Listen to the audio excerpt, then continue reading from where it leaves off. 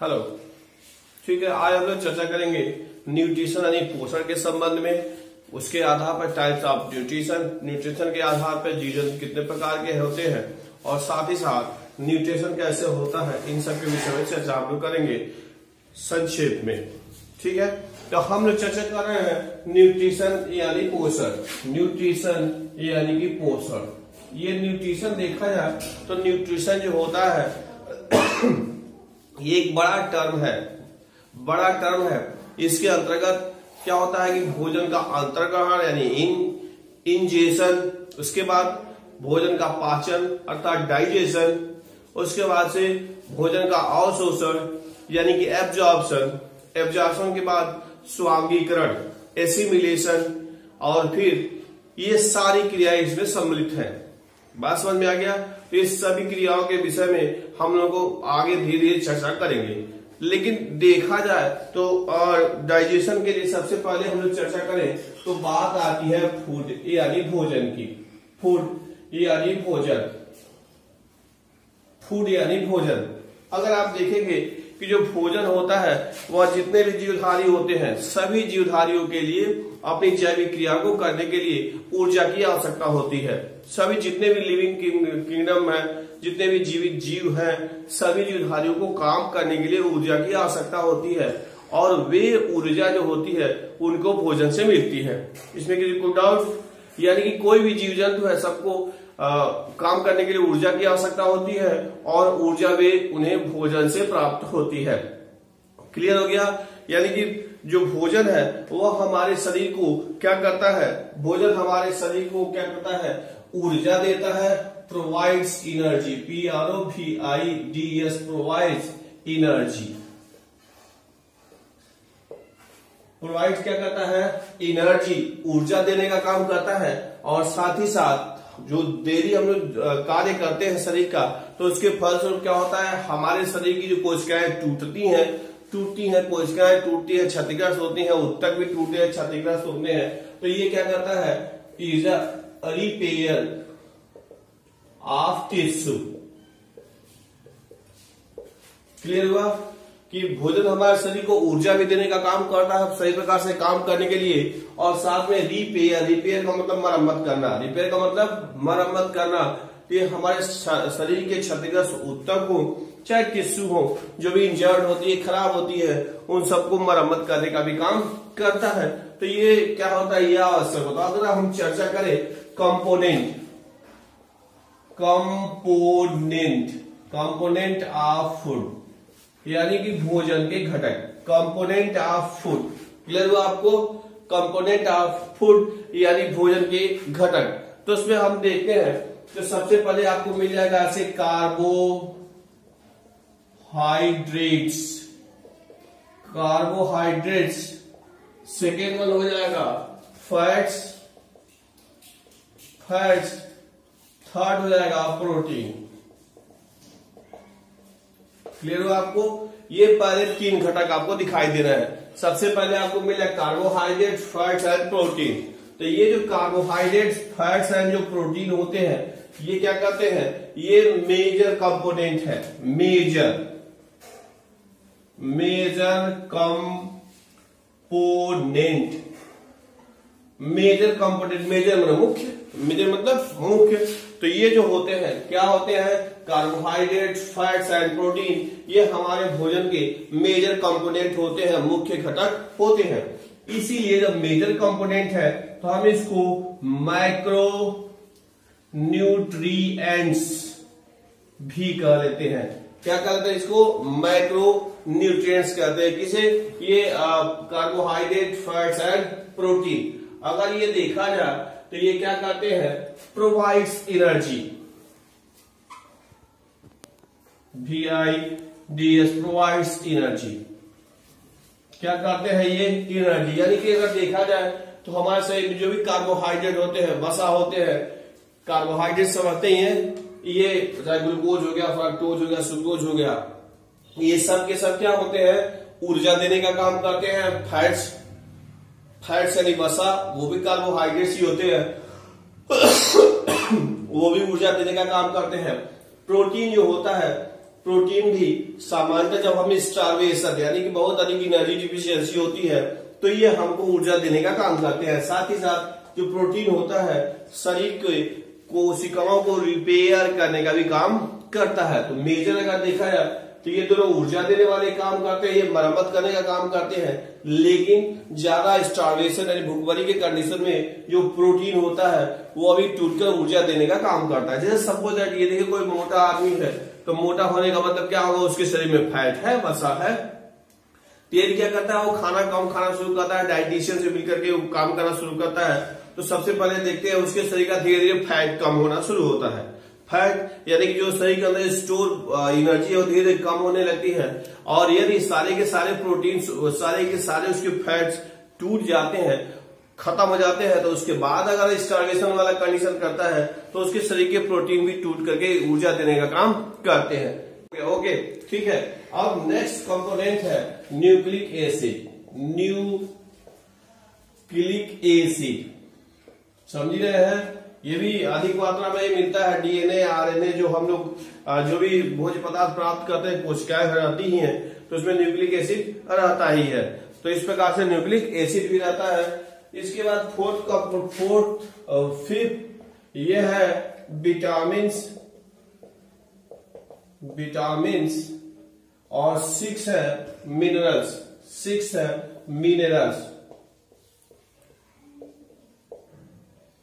ये देखिए विटामिन्स और मिनरल्स जो होते हैं ये कह सकते हैं माइक्रो न्यूट्रिएंट है, माइक्रो न्यूट्रिएंट्स है। माइक्रो मतलब सूक्ष्म, अल्प मात्रा में। वो था मेजर कंपोनेंट था तो ये क्या हो जाएगा, माइनर कंपोनेंट।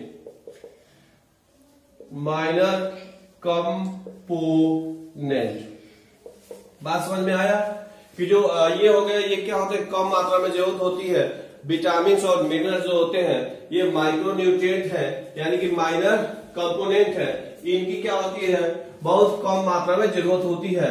कह सकते हैं स्मॉल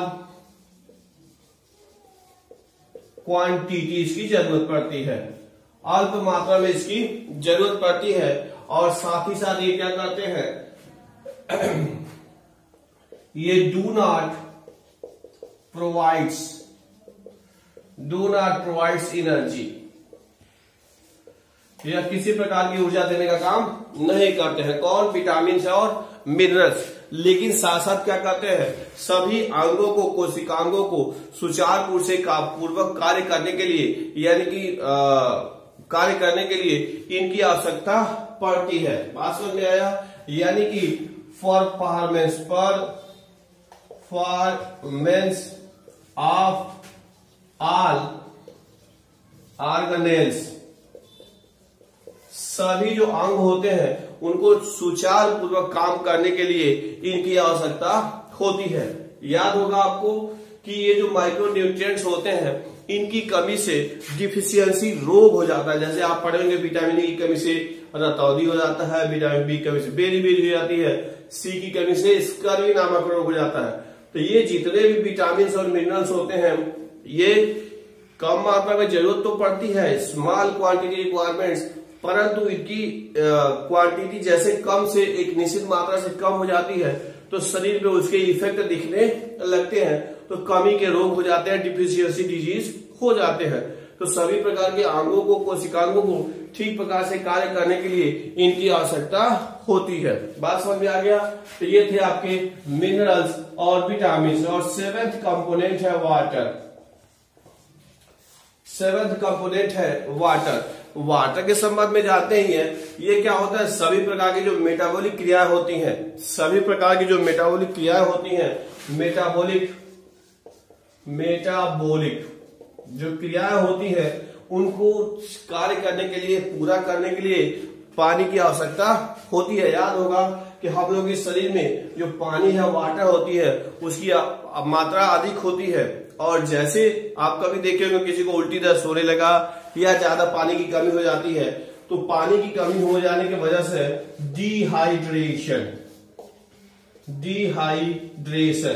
डिहाइड्रेशन, याद होगा आपको, पानी की कमी हो जाती है तो जब उल्टी दस्त ज्यादा होता है, डिहाइड्रेशन होता है, व्यक्ति का शरीर ऐसे निढाल हो जाता है, उसको जल्दी ग्लूकोज की बोतल वगैरह चलानी पड़ती है। यानी कि पानी सभी मेटाबॉलिक क्रियाओं को पूरा करने के लिए आवश्यक होता है, और इसकी कमी होने पर क्या होता है, डिहाइड्रेशन की स्थिति उत्पन्न हो जाती है और उसकी क्रियाशीलता बहुत ही कम हो जाती है। यहां भी देखिए टर्मिनोलॉजी, डी का मतलब हटना, डी का मतलब हटना,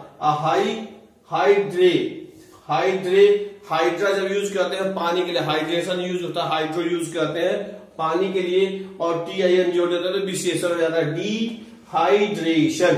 डी का मतलब निकलना हो गया, हाइड्रेशन और पानी लगा देंगे, यानी शरीर से पानी निकलने की क्रिया को डिहाइड्रेशन कहते हैं। तो इस प्रकार से ये आवश्यक होता है। ये न्यूट्रिशन के आधार पर, किसके आधार पे, न्यूट्रिशन के आधार पे अगर जीव देखा जाए, यानी कि ऑर्गेनिज्म, जो जीव होते हैं किसके आधार पर, on the basis of nutrition, organism on the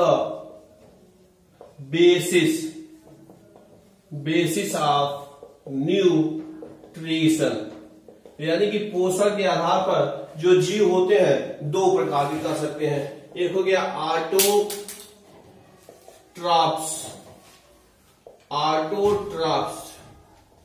autotrophs स्वपोषी, इसको होलोफाइटिक कहते हैं, होलोफाइटिक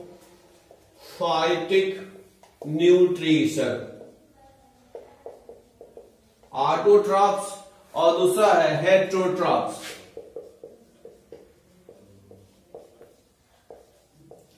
हेट्रोट्रॉप्स क्लियर हो गया आपको। ऑटो का मतलब स्व, ऑटो का मतलब स्व, सेल्फ, ट्रॉप्स मतलब पोषण से मतलब है। ऑटोट्रॉप्स यानी कि स्वपोषी, स्वपोषी का मतलब होता है जो हर एक ऐसे जीव जंतु जो भोजन के लिए किसी अन्य जीव पे निर्भर नहीं रहते हैं, अपना भोजन स्वयं बना लेते हैं, उनको ऑटोट्रॉप्स कहते हैं। तो ऑटोट्रॉप्स हो गया, और ऑटोट्रॉप्स को ही होलोफाइटिक कहते हैं। फाइटिक जहां भी है, फाइटिक यानी प्लांट, फाइटिक मतलब प्लांट। तो इस प्रकार से क्या हो गया, ऑटोट्रॉप्स या होलोफाइटिक न्यूट्रिशन कहते हैं। और इसको अगर देखा जाए तो इसपे आप कर लेंगे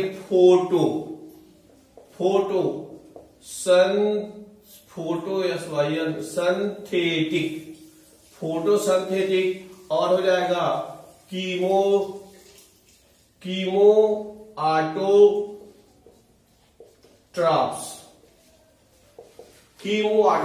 फोटोसिंथेटिक, इसकी परिभाषा एक करके हेडिंग डाल के ले लेंगे, फोटोसिंथेटिक हेडिंग डाल लेंगे, फोटोसिंथेटिक हेडिंग डालेंगे और लिखेंगे वे सभी हरे पेड़ पौधे क्या होते हैं, प्रकाश संश्लेषण की क्रिया के द्वारा अपना भोजन बना लेते हैं, और उसी भोजन पे उनकी समस्त क्रियाएं चलती है। और विशेष बात यह है कि जितने हरे पेड़ पौधे होते हैं अपना तो भोजन बनाते ही हैं, समस्त एनिमल किंगडम, जंतु जगत भी भोजन के लिए उसी पर निर्भर रहता है। तो जितने भी हरे पेड़ पौधे होते हैं सब क्या होते हैं, फोटोसिंथेटिक होते हैं, और सब के सब ऑटोट्रॉप्स होते हैं। क्लियर हो गया। उसके बाद कीमो ऑटोट्रॉप्स, कीमो का मतलब होता है केमिकल, कीमो का मतलब केमिकल, ऑटो का मतलब स्व, और ट्रॉप्स मतलब न्यूट्रिशन। ये देखिए कीमो केमिकल, ऑटो का मतलब स्वयं, और ट्रॉप्स मतलब न्यूट्रिशन। क्लियर हो गया आपको। तो कुछ ऐसे भी जीव पाए जाते हैं, निम्न कोटि के जीव हैं, वो क्या करते हैं, जमीन में पाए जाने विभिन्न रासायनिक पदार्थों का उपयोग करके और अपना भोजन बना लेते हैं। जैसे आप पढ़ेंगे sulphur bacteria, iron bacteria, methane bacteria, ये सब क्या करते हैं, मेथेन से, सल्फर से, आयरन से अपना भोजन बना लेते हैं। उन्हें भोजन के किसी अन्य जीवों पर निर्भर नहीं होना पड़ता है। तो वो भी क्या होते हैं, कीमो ऑटोट्रॉप्स कहलाते हैं, यानी कि रसायन संश्लेषी। क्लियर हो गया आपको। तो ये स्वपोषी को आपने पढ़ा, स्वपोषी में मुख्यतः दो प्रकार के होते हैं, फोटोसिंथेटिक और कीमो ऑटोट्रॉप्स यानी कि रसायन संश्लेषी।